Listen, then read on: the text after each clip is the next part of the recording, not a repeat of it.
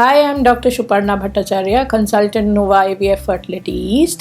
Today I'm going to answer the question, what is the ideal antral follicle count when we go in for an IVF, in vitro fertilization? Now, what is an antral follicle count? These are the follicles which you see on the second or third day of the menstrual period by transvaginal ultrasound. We see each of these ovaries. These are the follicles in which the oocytes develop. Oocytes or the eggs develop when we start stimulation or start injecting. We count the numbers of all the follicles of size average 2 to 10 millimeter. This is the cohort of follicles which will give you oocytes in your cycle. What do we actually target? We target an approximate 15 to 20 follicles during IVF stimulation. So when we count these, somewhere around 6 to 10 is an optimal follicle count.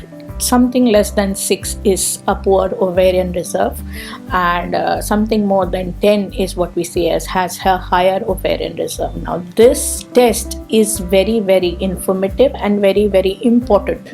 We mostly base all the treatment on this test, as well as a blood test known as the anti-Mullerian hormone, which also assists with the help of the antral follicle count to assess the situation better. Why do we actually need this test on the second or third day of the periods? Is to check whether the woman, what kind of reserve the woman is having, whether she is carrying any sort of cysts from the previous cycle. So this test is usually done on the second or third day.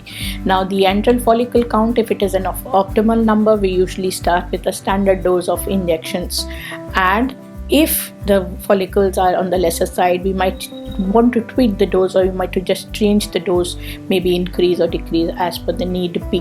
So antral follicle count becomes very important as far as our treatment is concerned.